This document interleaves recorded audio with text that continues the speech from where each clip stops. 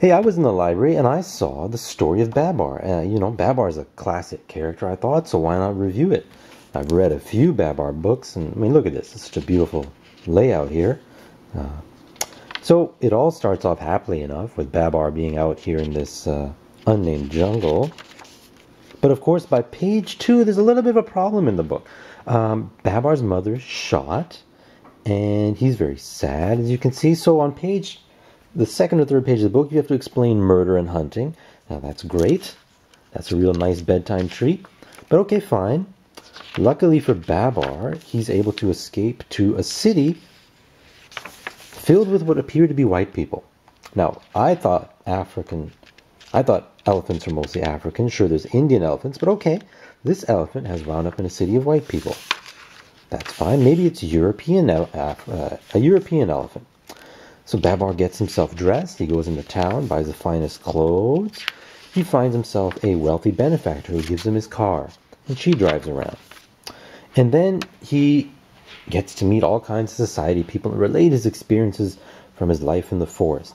Now this is where I start having a problem, because this was an actual thing that used to happen where native indigenous people would be brought out of Africa, Asia, South America, wherever they came from, and put on exhibit in Europe.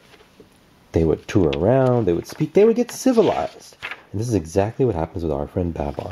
His wealthy benefactor makes him into a better little man. His little cousins come, they get all civilized too. And then one fine day, he goes back to see his naked little friends in the unnamed jungle, and he and his cousin get named Queen and King because, as they say, he has returned from the big city, learned so much living among men, and he is crowned king. So let's recap. An allegedly African is taken to what allegedly appears to be Europe, civilized, and sent back home as their ruler, because he has learned so much from the civilized world that they, frankly, as borderline savages, would never have been able to achieve on their own without the wonderful help of Babar's rich, white benefactors.